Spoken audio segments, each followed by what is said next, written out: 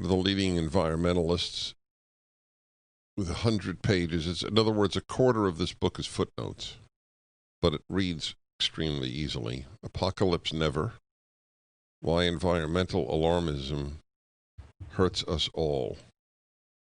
I've spent a good part of my writing and broadcasting life talking about this alarmism.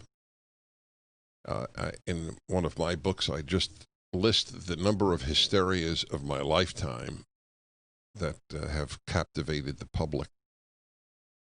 Do you have a theory on this? Is the hysteria over the world collapsing, the Al Gore-induced hysteria, is it deliberate? In other words, we need to make the world hysterical, as it were? Is it manipulative? Do they truly believe this? I mean, what is your thinking on the whole thing? Well, those are really important questions and really interesting questions. And, of course, they're really difficult questions because we can't see inside people's minds, and so we don't know. So we have to look for hints, suggestions.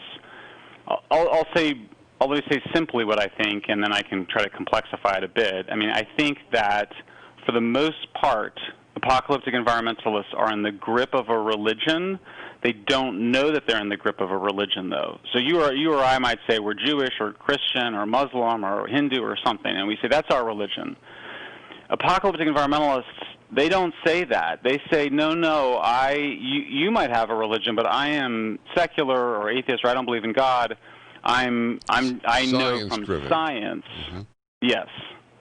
Yeah, science proves it. And so this is the most dangerous thing, is that they have a religion and they don't acknowledge it, they don't really admit it. Now, do they know sometimes that they're lying? Yes. And I can document cases where I can show that, and even some confessions from people, particularly around nuclear. I mean, the advocacy for nuclear the advocacy against nuclear and the advocacy for renewables basically consists entirely of lying to people. I mean, I don't really feel the need to soften very much because I've now done the research. I can make that claim. Renewables, they claim, are better for the environment than fossil fuels. They're not. They're worse. They claim that nuclear is particularly bad for the environment. It's not. It's the best. And the reasons for that are physical, inherent to the energy density of the fuel and the power density of their production of electricity production, or the conversion of those fuels into electricity.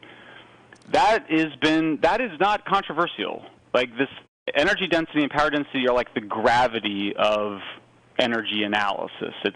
It's just, you just measure the size, how much land a plant takes, and the amount of electrical output, and that's your power density number.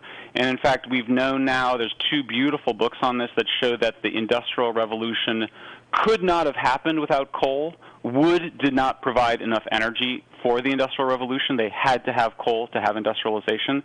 And so we know that you can't power an industrial civilization on renewables. It just requires too much land. I mean, I cite the best study on this, a full book-length study published by MIT that shows that we currently use 0.5% of land in the United States for energy production. If you did 100% renewable, you would need 50% of the U.S. land mass. That's never, ever going to happen, and even attempting it has been ecologically devastating. So for me, maybe I'm overly optimistic, but I just kind of go, when there's a lie, when there's truth that is so obvious and so clearly understood among scientists and scholars, that is being denied publicly and denied to journalists and denied by journalists and denied by eventually the truth will win out. That is my belief. And I just think Apocalypse Never will make it happen sooner rather than later. That's the hope. That's why I'm devoting so much time to it. I've thought through all of these issues my whole life. Whenever I hear eventually, it's like eventually the good wins. The tragedy is, though, that until the eventually happens, the amount of damage done by the liars enormous. See that, eventually communism fell in the Soviet Union, but not after 20 to 40 million people were murdered by Stalin and the other communists. Eventually, the Nazis were defeated, but 6 million Jews and millions of others were slaughtered. So the damage these people are doing with the apocalypse. Let me ask you then: when you hear, I heard just yesterday, I don't remember if it was national or California, mandate that all cars being built by 2035, that's 15 years from now, be electric cars. What's your reaction? Well, so transportation. I mean, let me say one thing before I answer. Let me come to it a little indirectly, which is that Apocalypse never describes what is really the main event in terms of protecting the environment and in driving human prosperity, which are energy transitions. So in a small farmer economy, in a subsistence farming economy, which is what we all used to live in, but now just a billion or so of us do. It's a renewable powered economy. They use wood energy. They might use water wheels or windmills. And then as they start to develop, they use the highest form of renewable energy, which are large hydroelectric dams. But then you transition to coal, to petroleum, to natural gas, to uranium. And which is for nuclear, which is a positive direction, because in each stage in that energy transition, you're moving up the energy ladder. You're using less of the natural environment. You're getting more energy out of a lump of coal or out of a lump of uranium than you would a lump of wood. So that's just some context. Now, the easiest, if we want to reduce air pollution and reduce carbon emissions, which I think is a good goal to have. I don't think climate change is the most important issue in the world. I do think it's something we should continue to do something on. I point out that we've already been reducing our emissions, as you mentioned. The easiest thing to do is just build nuclear power plants, like so many countries have, and you can then produce zero carbon electricity.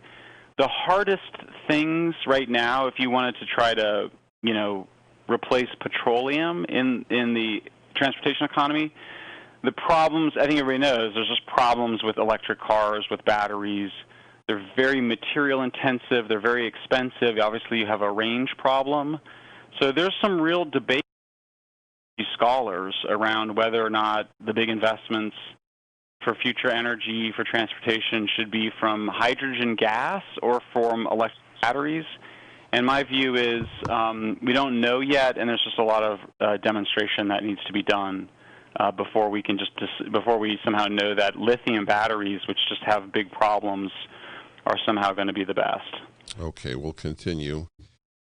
This explosive work by a man deemed a great environmentalist activist, who in effect has issued a scientific apology. It's called Apocalypse Never: Why Environmental Alarmism Hurts Us All. Michael Schellenberger, we continue.